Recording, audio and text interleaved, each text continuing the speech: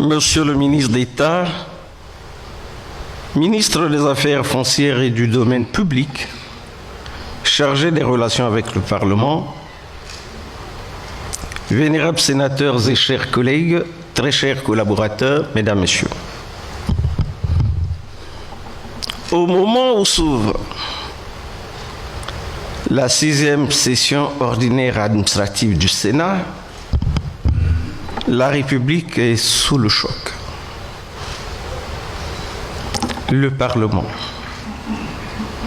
le gouvernement et le MCDDI sont douloureusement touchés et bouleversés à la suite de la disparition d'un grand patriote, un grand dirigeant qui nous a quittés le 21 mai dernier. Monsieur Tshibambilela Bernard, ancien deuxième vice-président de l'Assemblée nationale, où il a également exercé les fonctions de deuxième questeur, ancien ministre et secrétaire général du MCDDI, nous a quittés. Je voudrais ici, au nom du Sénat, adresser à sa famille biologique ainsi qu'à sa famille idéologique les condoléances les plus vives de la Chambre haute du Parlement congolais. En son hommage, je voudrais vous inviter à bien vouloir vous lever pour observer 1 minute de silence.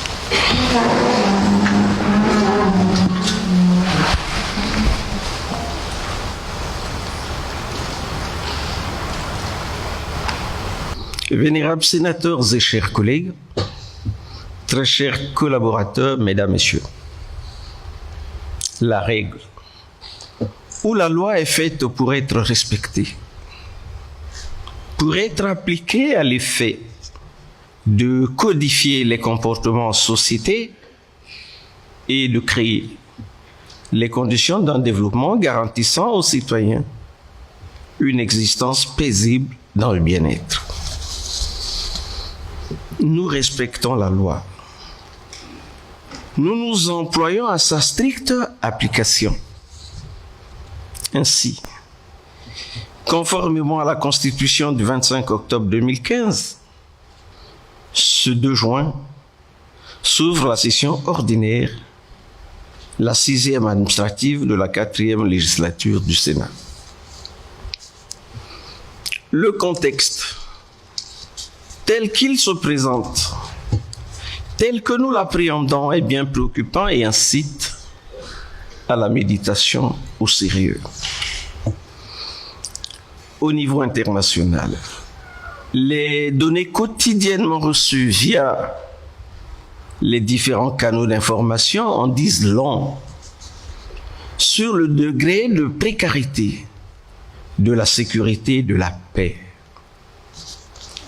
Les conflits armés qui ébranlent les équilibres géopolitiques suscitent en chacun de nous des interrogations génératrices du scepticisme grandissant quant à l'avenir de l'humanité.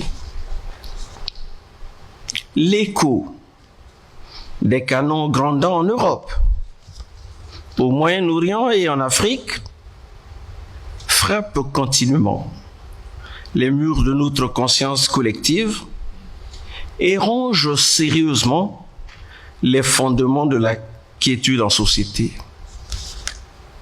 Où est l'homme? Où est la justice internationale devant l'excroissance des crimes et massacres?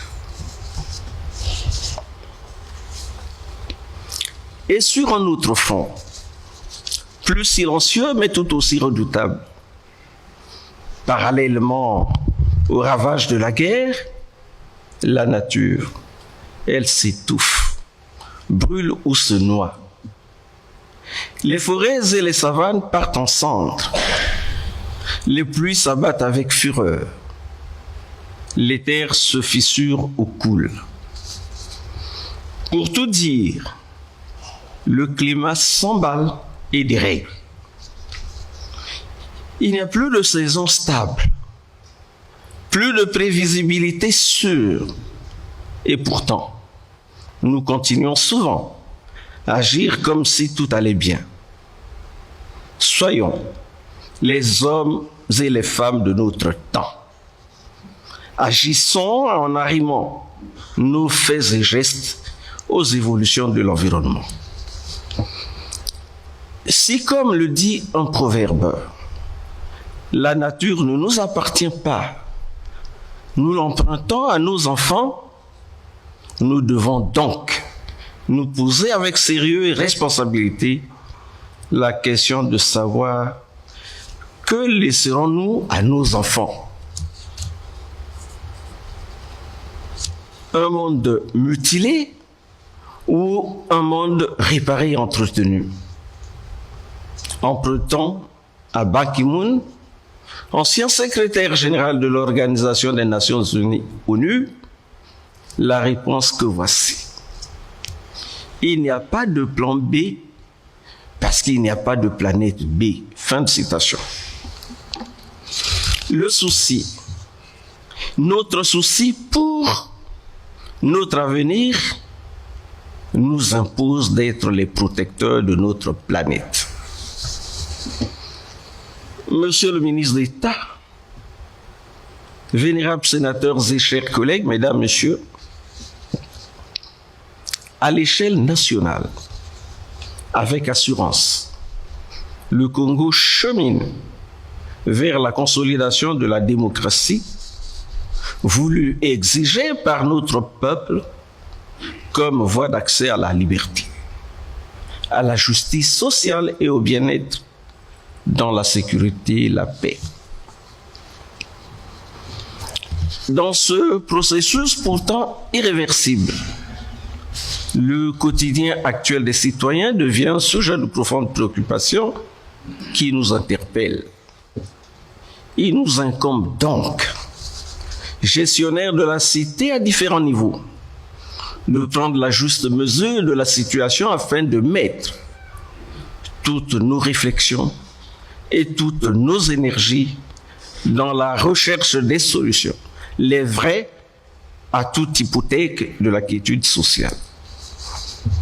Chassons définitivement l'angoisse et la psychose pour installer solidement l'espoir, la confiance et la joie.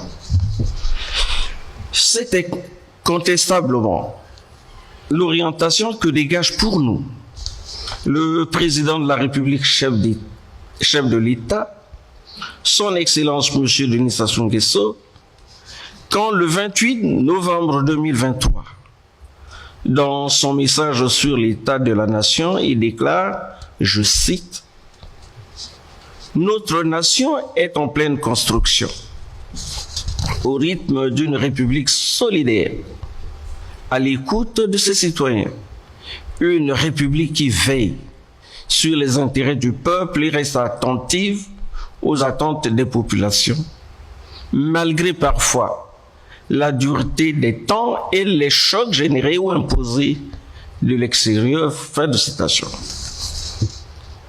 Et à l'occasion du message à la nation, à la faveur de la commémoration du 15 août 2024, s'inspirant de la pensée d'Antoine de Saint-Exupéry, le chef de l'État martèle, je cite, « Être homme, c'est être précis.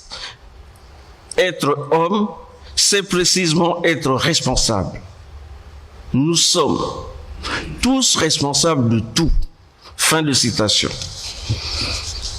Par ces propos, le président de la République exhorte les uns et les autres à l'effort soutenu pour porter le pays au développement, entendu que personne ne devrait se sentir exonéré en cas de naufrage du Congo, notre bien le plus précieux. Vénérables sénateurs et chers collègues, nous savons ce qu'est notre champ de compétences clairement définis par la Constitution. De même, nous avons à cœur ce que sont les problèmes de la société et les attentes de la population. Assumons effectivement notre part de responsabilité en nous mettant au travail avec la détermination que dicte la conjoncture, c'est-à-dire sans complaisance, sans frilosité, sans excès de zèle, mais dans la rigueur et la discipline, notre seule préoccupation étant le meilleur service à rendre à la République à travers la restauration absolue de l'autorité de l'État. Ne nous méprenons pas. L'accès à la prospérité et au bien-être, aspiration inaliénable de tout peuple, passe nécessairement par la lutte efficace et sans répit contre les antivaleurs.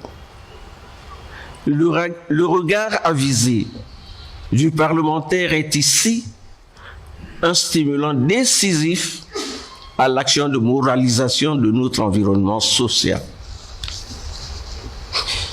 Monsieur le ministre d'État, vénérables sénateurs et chers collègues, très chers collaborateurs, mesdames, messieurs, nous revenons à partir d'aujourd'hui à l'hémicycle, après une intercession marquée par une intense activité, surtout dans le cadre de la diplomatie parlementaire. Au compte de ce registre, il convient de noter que notre ville capitale a accueilli 2 importantes rencontres qui ont mis en évidence les capacités d'organisation du Parlement congolais. Il s'agit, premièrement, de la 16e conférence des présidents d'assemblée des sections Région Afrique de l'Assemblée parlementaire de la francophonie. Par assemblée, ici, on entend les chambres parlementaires, non réductibles aux assemblées nationales, mais représentant Assemblée nationale, Sénat ou organes équivalents de chaque pays. Ceci dit, le rendez-vous de Brazzaville a été un grand succès, tant du point de vue de la mobilisation, de l'organisation, que de la profondeur des débats. C'est l'occasion pour nous de dire bravo à nos hôtes pour l'honneur fait au Congo et de féliciter et remercier tous ceux des Congolais qui ont contribué à la réussite de cet événement. Grand merci à son Excellence Monsieur Denis Sassou Nguesso, président de la République, chef de l'État, dont le soutien a été d'un apport déterminant à la bonne tenue des assises de Brazzaville. La 16e conférence a permis à l'association des Sénats d'Afrique et des conseils équivalents, nouvellement nés à Yamoussoukro en Côte d'Ivoire le 11 octobre 2024, de tenir sa première réunion qui a lancé les préparatifs de la prochaine Assemblée générale. Deuxièmement, de l'atelier de formation multisectoriel sur l'agriculture sensible à la nutrition et le droit à l'alimentation en Afrique centrale. Il a été mis en avant la dynamique impulsée par le réseau des alliances parlementaires pour la sécurité alimentaire et la nutrition qui continue de renforcer le rôle des parlements dans la lutte contre l'insécurité alimentaire, la malnutrition et les irrégularités d'accès aux ressources alimentaires. La gratitude du Parlement congolais à la FAO et les sincères félicitations aux formateurs, aux équipes d'organisation et à tous les participants ont été vivement exprimées. Les 28 et 29 avril 2025, la deuxième secrétaire. La vénérable Elisabeth Mapa a représenté le vénérable président du Sénat, Pierre Ngolo, au 3e forum du dialogue parlementaire Sud-Sud qui s'est tenu à Rabat au Maroc. Placé sous le haut patronage de Sa Majesté le roi Mohamed VI, cette grande rencontre internationale a rassemblé des parlementaires venus d'une soixantaine de pays, membres de l'association des Sénats, Choura et Conseil équivalent d'Afrique et du monde arabe, ainsi que les délégués issus des unions parlementaires régionales et continentales d'Amérique latine, des Caraïbes et d'Asie. L'agenda international prévoit un programme dense pendant les 70 jours de notre session. Nous avons à réfléchir sur comment faire toujours entendre au mieux la voix du Congo sur l'arène internationale. Monsieur le ministre d'État, vénérables sénateurs et chers collègues, mesdames, messieurs,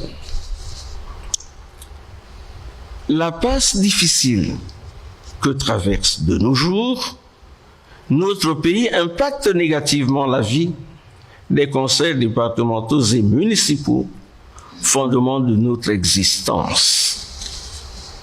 À ce niveau, à mesure du passage du temps, s'érode la confiance et l'espoir, pendant que s'accentue l'amertume et le découragement. Nous comprenons la douleur des élus locaux, comme nous sommes solidaires des peines qui les étreignent. Dans pareil cas, baisser les bras équivaut à prendre l'option du suicide. C'est pourquoi nous devons tous poser, dans la présente conjoncture de vive tension, l'énergie qui galvanise notre engagement à l'action pour avoir toujours la tête hors de l'eau. Il nous faut bien intérioriser que c'est à la capacité de tenir devant les épreuves de la vie que s'évalue la force et la grandeur de l'homme. Armons-nous permanemment de courage, de conviction et de lucidité. Vénérables sénateurs et chers collègues, très chers collaborateurs, on vous convient au travail bien fait. Je relève que la période actuelle, dont nous avons avec force souligné la singularité au tout début de notre propos, période nous menant vers l'élection présidentielle, doit être celle du débat démocratique. Elle ne se prête point au dérapage incontrôlé à l'origine des frictions déplorables en société. Dans cette phase d'engagement total de la responsabilité de tous, nous devons penser construction et non destruction.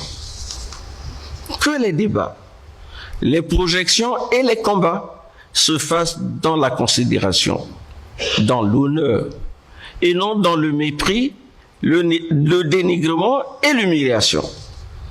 Bon travail à tous. Je déclare ouvert les travaux de la 6e session ordinaire administrative du Sénat, 4e législature. Vive le Sénat, vive la démocratie, vive la République. Je vous remercie.